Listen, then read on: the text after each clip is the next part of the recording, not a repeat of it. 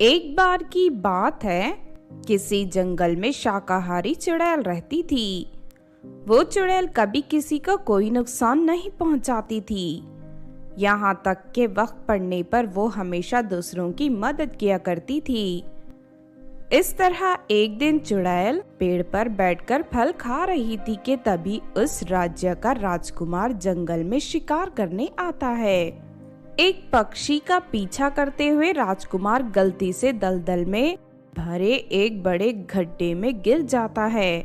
अपने आप को दलदल में देख राजकुमार घबराकर मदद के लिए आवाज लगाने लगता है। कोई मुझे बचाओ, कोई मुझे यहाँ से बाहर निकालो। तभी पेड़ पर बैठी चुड़ैल राजकुमार की आवाज सुन लेती है और उसकी मदद के लिए दलदल की ओर उड़कर जाने लगती है। लेकिन राजकुमार को देखते ही चुड़ैल उस पर मोहित हो जाता है और राजकुमार को आकर्षित करने के लिए अपने आप को एक सुंदर लड़की के रूप में बदल लेती है। उसके बाद चुड़ैल राजकुमार को दलदल से बाहर निकाल लेती है। मेरी जान बचाने के लिए तुम्हारा बहुत बहुत शुक्रिया। अगर तुम वक्त पर नहीं आती तो मैं दलदल में डूब जाता। कोई बात नहीं, ये तो मेरा फर्ज था। हमें हमेशा मुसीबत में दूसरों की मदद करनी चाहिए। चुड़ैल की बातें सुनकर राजकुमार बहुत प्रभावित होता है और अगले दिन से राजकुमार रोज चुड़ैल से मिलने जंगल जाने लगता है।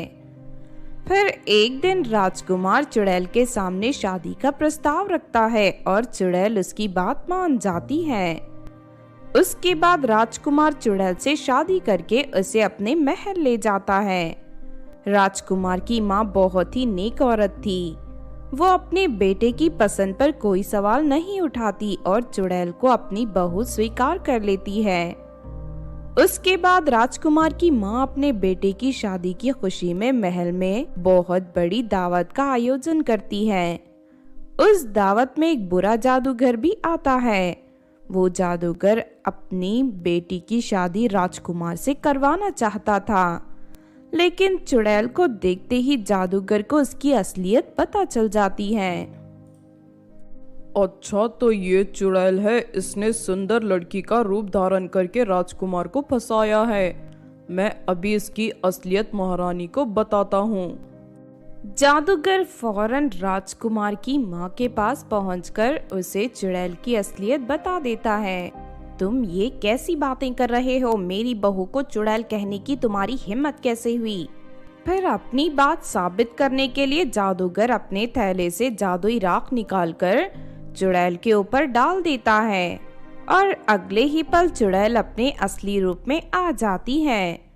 चुड़ैल का डरावना रूप देख दरबार में मौजूद सभी लोग घबरा जाते हैं। महारानी, आपको नहीं पता, ये चुड़ैल बहुत ही खतरनाक है। ये तो अच्छा हुआ कि मैं यहाँ आ गया, वरना कुछ ही दिनों में ये चुड़ैल राजकुमार के साथ साथ महल के सभी लोगों को मार कर खा जाती।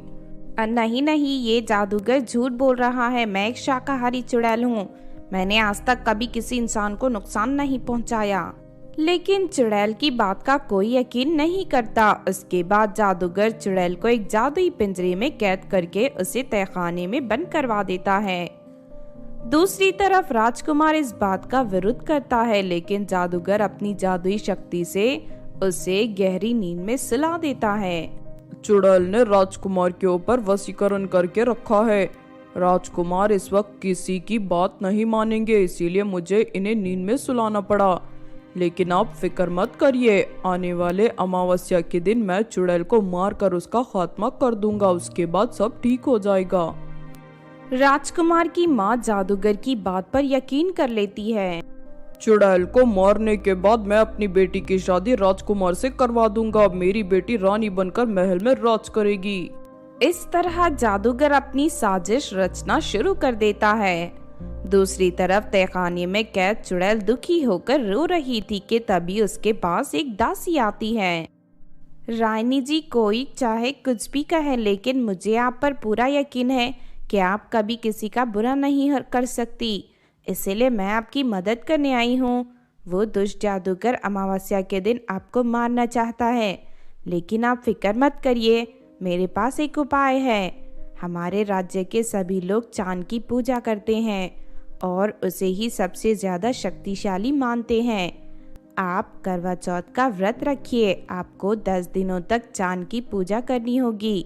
उसके बाद चांद प्रसन्न होकर आपकी सारी इच्छा पूरी कर देगा।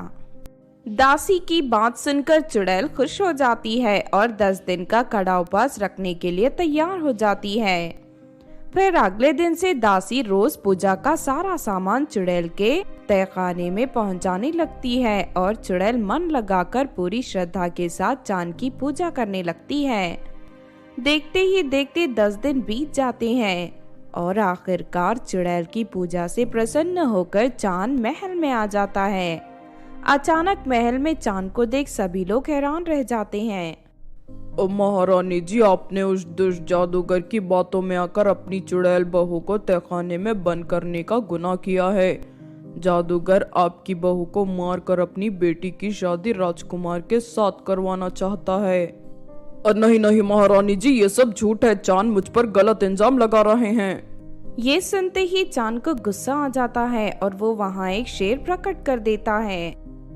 चल जल्दी से अपना गुनाह कबूल कर, वरना ये तुझे खा जाएगा। अपने सामने शेर को देख जादूगर घबरा जाता है और हार मानकर सबके सामने सारी बात कबूल कर लेता है। जादूगर की धोखेबाजी का पता चलते ही राजकुमार की माँ उसे तहखाने में बंद करवा देती है। उसके बाद चांद चुड़ैल को तहखाने से बाहर निकालकर राजकुमार को वापस होश में ले आता है। फिर चुड़ैल को एक खूबसूरत रानी के रूप में बदलकर वहां से चला जाता है। इस तरह सब कुछ ठीक हो जाता है और चुड़ैल राजकुमार के साथ महल में हंसी खुशी अपनी जिंदगी जीने लगती है। तो आपने देखा दोस्तों चुड़ैल के करवा चौथ की कहानी। इस कहानी से हमें ये सीख मिलती है कि दुष्ट जादूगर की तरह चालाक और बुरे लोग मासूमों को परेशान करने के लिए चाहे जितनी भी कोशिश कर ले, लेकिन वो अपने मकसद में कभी कामयाब नहीं होते और एक ना एक दिन उन्हें उनके किए की सज़ा ज़रूर मिलती है। अगर ये कहानी आपको अच्छी लगी हो तो ज़रूर लाइक करें और हमारे चैनल छोटू टीवी को सब्सक्राइब भी कर लें। और हाँ दोस्तों, हमें कमेंट करके ज़रूर बताना कि आपको कहानी कैसी लगी।